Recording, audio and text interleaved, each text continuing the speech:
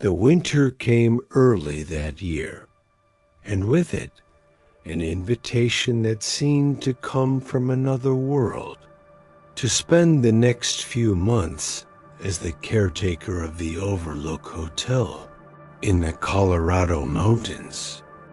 The place was famous for its imposing beauty and, as I would soon discover, for a history as dark as the peaks that surrounded it.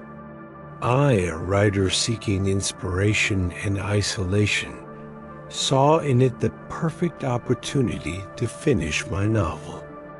Little did I know it would be the novel of my own madness.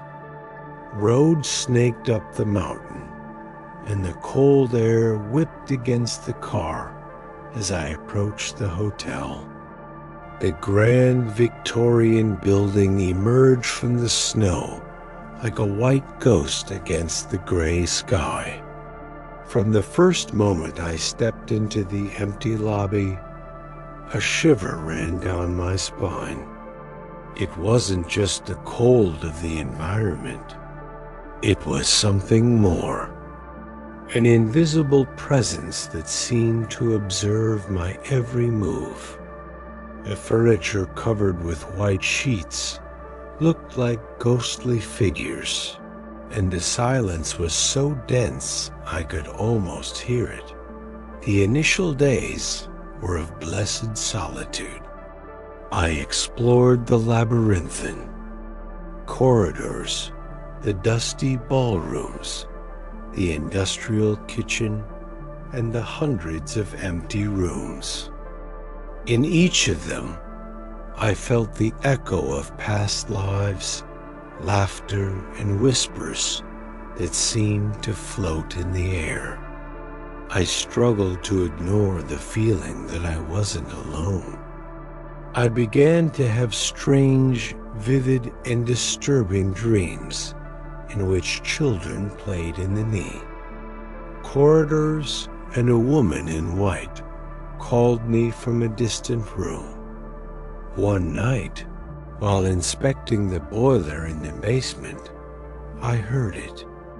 It was faint music, like that of an old gramophone, coming from the gold room. My hands grew cold with sweat, but curiosity was stronger than fear. When I arrived there, the music stopped abruptly. The room was dark, lit only by the moonlight streaming through the arched windows. The wooden floor gleamed, and the tables and chairs were perfectly aligned, as if a ball had just ended. I swore. I saw a figure on the dance floor, a figure dancing alone before disappearing into the darkness. My heart pounded. It's the isolation, I told myself. I'm going crazy. The manifestations became more frequent. Objects moved by themselves, doors slammed, and sometimes I heard voices. Voices that seemed to call me, tempt me, ensnare me in a web of madness. The legend of the Overlook began to unfold before my eyes. Previous caretakers who went mad, guests who never checked out. The most macabre story spoke of an old caretaker who, overcome by the hotel's madness, murdered his family with an axe. That legend, I knew, was not just a horror story. It was a warning. One night, I woke up with a biting cold and a smell of mold and blood. My bedroom door was ajar. I stepped out into the dark corridor, drawn by a whisper coming from room 237, a room that I had always felt a particularly dense energy from. Legends said a woman died there. The door was open. Hesitantly, I stepped inside. The room was freezing, and the bathtub was filled with murky, dark water. And then, from the bottom of the water, a pale, cold hand emerged, reaching for me. A scream escaped my throat as I stumbled backward, falling into the corridor. I ran. I ran like I had never run before, panic consuming me. The hotel, once my refuge, became my prison. The voices echoed everywhere, doors slammed, distorted laughter filled the air. I could feel the presence of countless eyes watching me, judging me, inviting me to join them. My sanity slipped away with every second. I was no longer the writer seeking inspiration. I was just another victim of the dark legend of the Overlook Hotel.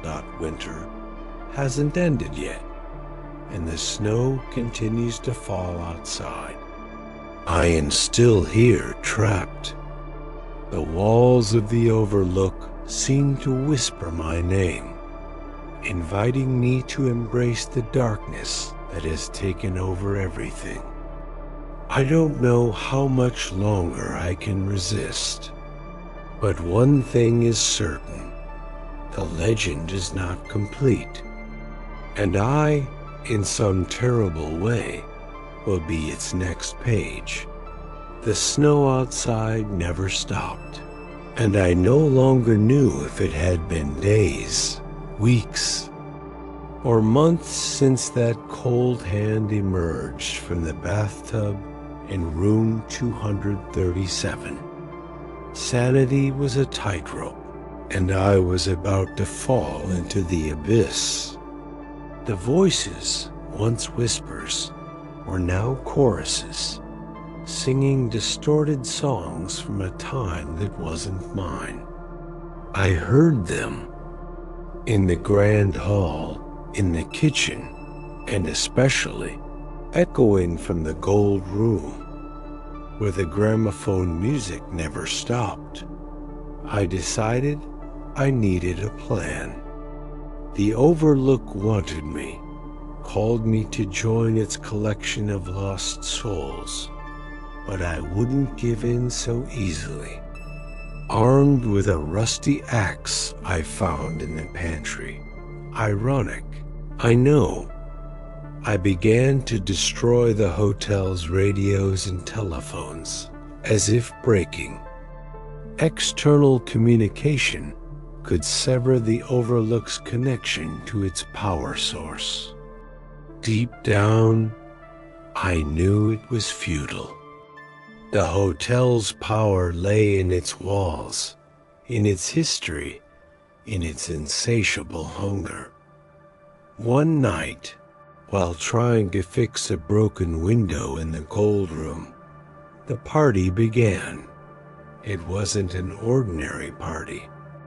The lights came on by themselves, and a phantom orchestra began to play melancholy and disturbing jazz.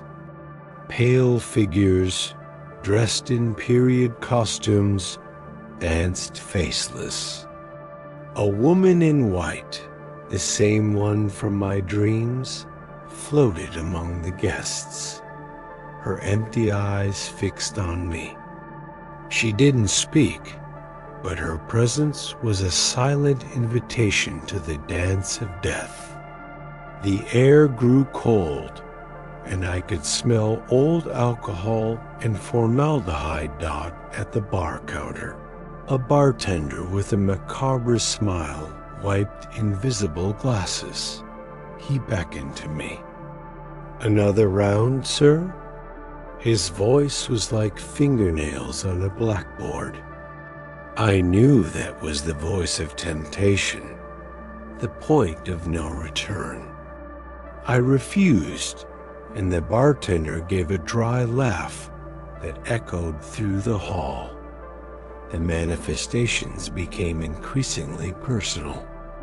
I started seeing my own family, my wife and son, wandering the corridors, their faces distorted with despair, pleading with me to let them in.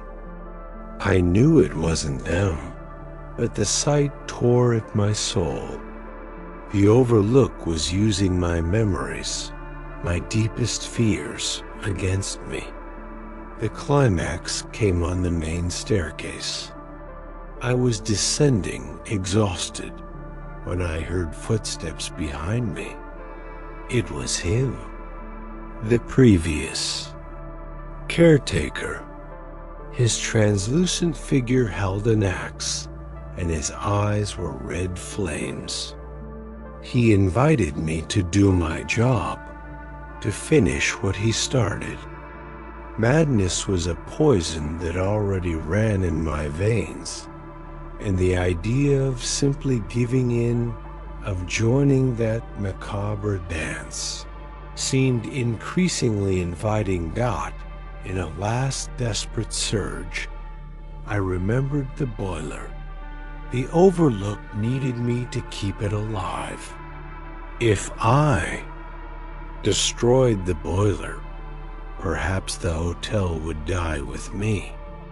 I ran through the labyrinth of corridors, the ghosts following me, their laughter and whispers driving me even crazier. I reached the boiler in the basement. The heat was suffocating, but fury propelled me. I knew what I had to do. I forced the valves, increasing the pressure, the metal groaning under the strain. The hotel seemed to scream in protest.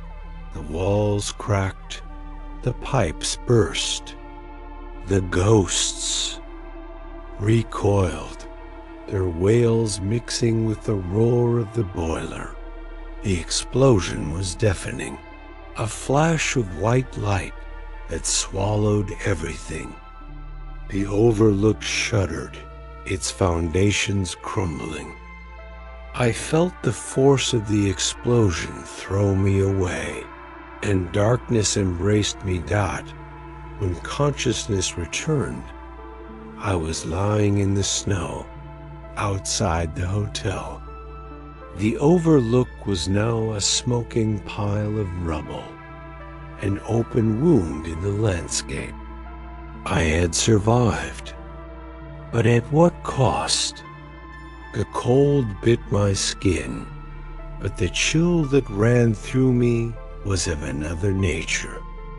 I looked back at the wreckage, and I swore I heard a whisper in the cold wind.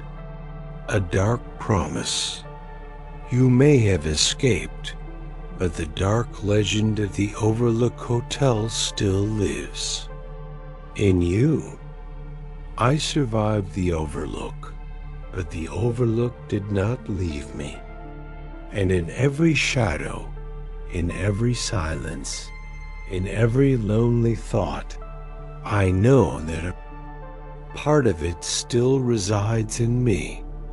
It waits silently for its next caretaker, for its next victim, for the next page of its eternal legend. The escape from the Overlook was not the end, but the beginning of a new kind of horror for the narrator. The snow and the hotel's wreckage were left behind, but the curse, the dark legend of the Overlook Hotel, followed him, ingrained in his mind and soul. Initially, there was a brief period of relief, the euphoria of survival. He was found by a rescue team days later, debilitated and in shock, but alive. The story he told about the boiler exploding was accepted in part, but his rambling about ghosts and voices was attributed to post-traumatic delirium and severe hypothermia.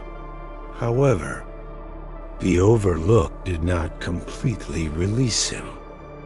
The dreams returned, but now they were even more vivid and disturbing. They were no longer just glimpses of ghosts. He found himself trapped inside the burning hotel, listening to the distorted screams of trapped souls. The pale figures from the party danced in his nightmares, and the macabre bartender from the gold room was always there, offering him a drink he knew would be poisoned. Daylight offered little comfort. He began to see signs. A quick reflection in the mirror of room 237. The woman in white appearing and disappearing in the shadows of his own home. The sound of an old gramophone, low, almost imperceptible, seemed to haunt him, coming from empty rooms. Objects moved on their own, and his own bedroom door slammed shut during the night. He could feel the cold, observing presence of the hotel, even miles away from its ruins. The isolation, which he had sought at the Overlook to write, became a necessity.